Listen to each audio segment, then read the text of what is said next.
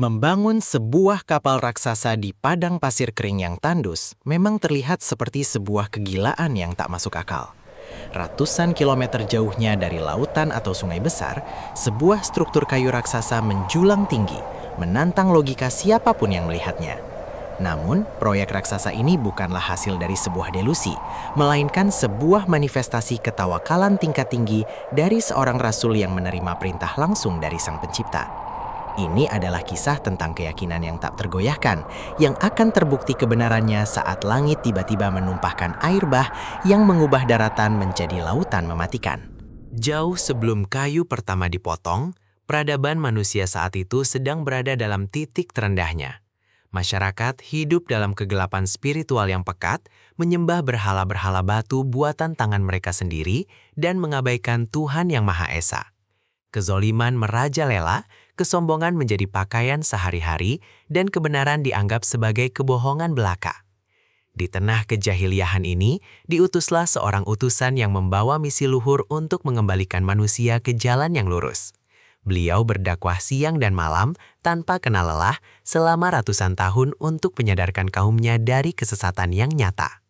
Meskipun sang rasul menyampaikan pesan kebenaran dengan kelembutan, kesabaran, dan kasih sayang yang luar biasa, mayoritas kaumnya merespons dengan kesombongan yang melampaui batas. Mereka menutup telinga rapat-rapat, memalingkan wajah, dan melontarkan berbagai hinaan serta ejekan yang menyakitkan. Hanya segelintir orang dari kalangan rakyat jelata yang miskin dan tertindas yang mau menerima seruan tersebut. Para pemimpin yang angkuh merasa status sosial mereka terancam oleh ajaran kesetaraan dan keadilan yang dibawa. Penolakan demi penolakan terus terjadi tanpa henti. Setelah berjuang selama berabad-abad tanpa lelah, dan melihat tidak ada lagi benih harapan bagi kaumnya untuk bertaubat, sang rasul akhirnya memanjatkan doa kepada Tuhan. Jawaban pun datang dalam bentuk wahyu yang sangat tidak terduga. Beliau diperintahkan untuk membangun sebuah bahtera raksasa. Perintah ini turun di sebuah wilayah daratan yang sama sekali tidak memiliki laut atau sungai besar. Secara nalar manusia biasa, membangun kapal di tengah gurun adalah hal yang mustahil. Namun, ketaatan kepada Sang Pencipta tidak pernah dibatasi oleh batas logika manusiawi yang sempit. Tanpa sedikit pun keraguan, sang rasul memulai proyek raksasa tersebut dari awal mula.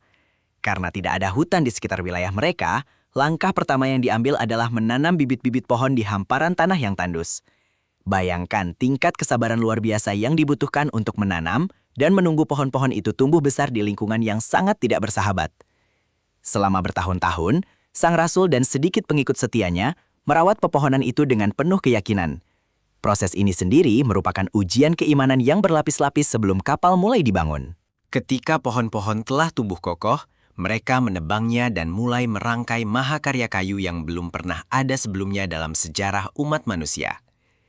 Tanpa teknologi permesinan modern, tanpa derek raksasa, mereka hanya mengandalkan peralatan sederhana dan kekuatan fisik yang diberkahi oleh Tuhan. Ukuran kapal ini sangatlah masif, bertingkat-tingkat, dan dirancang dengan presisi luar biasa sesuai petunjuk langsung dari langit. Setiap bilah kayu yang disambung dan setiap papan yang disusun rapi adalah bentuk zikir dan penyerahan diri yang total dari orang-orang beriman. Aktivitas tidak biasa ini tentu saja menarik perhatian seluruh penduduk wilayah tersebut.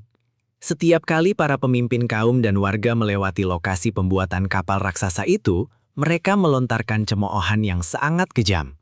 Mereka tertawa terbahak-bahak, menyebut sang rasul telah kehilangan akal sehatnya akibat usia tua. Mereka dengan nada sinis bertanya apakah kapal sebesar itu akan berlayar di atas gundukan pasir kering, atau apakah sang rasul sedang berhalusinasi menanti datangnya lautan dari langit. Hinaan demi hinaan terus mengalir setiap hari sebagai bumbu pahit ujian. Menghadapi badai cemoohan harian tersebut, tidak ada sedikit pun keraguan yang menyelinap ke dalam hati sang rasul.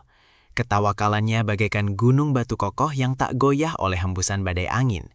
Beliau membalas ejekan mereka dengan jawaban yang sangat tenang, namun mengandung peringatan gaib yang mendalam. Beliau menyatakan bahwa jika hari ini mereka menertawakan orang-orang yang beriman, maka akan tiba waktu yang sangat dekat di mana orang-orang berimanlah yang akan melihat kebinasaan mereka atas kebodohan mereka sendiri. Inilah puncak sejati dari sebuah sikap tawakal. Waktu demi waktu berlalu, dan akhirnya mahakarya arsitektur yang tidak lazim di tengah gurun itu pun selesai dengan sempurna.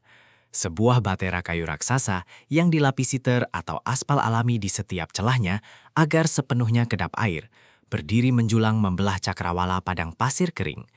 Ini adalah sebuah pemandangan surrealis yang memadukan keajaiban keringat manusia dan keagungan desain dari langit. Bahtera epik ini bukan sekadar kapal biasa, ia dipersiapkan menjadi benteng keselamatan terakhir bagi kehidupan di bumi yang akan segera direbut kembali oleh air. Hingga akhirnya, janji Tuhan yang tak pernah meleset pun tiba pada waktunya. Tanda alam yang disepakati sebagai awal mula malapetaka raksasa itu bukanlah awan hitam atau rintik hujan biasa, melainkan fenomena aneh yang sepenuhnya menentang hukum alam semesta. Air tiba-tiba memancar dengan sangat deras keluar dari dalam sebuah tungku perapian di rumah Sang Rasul.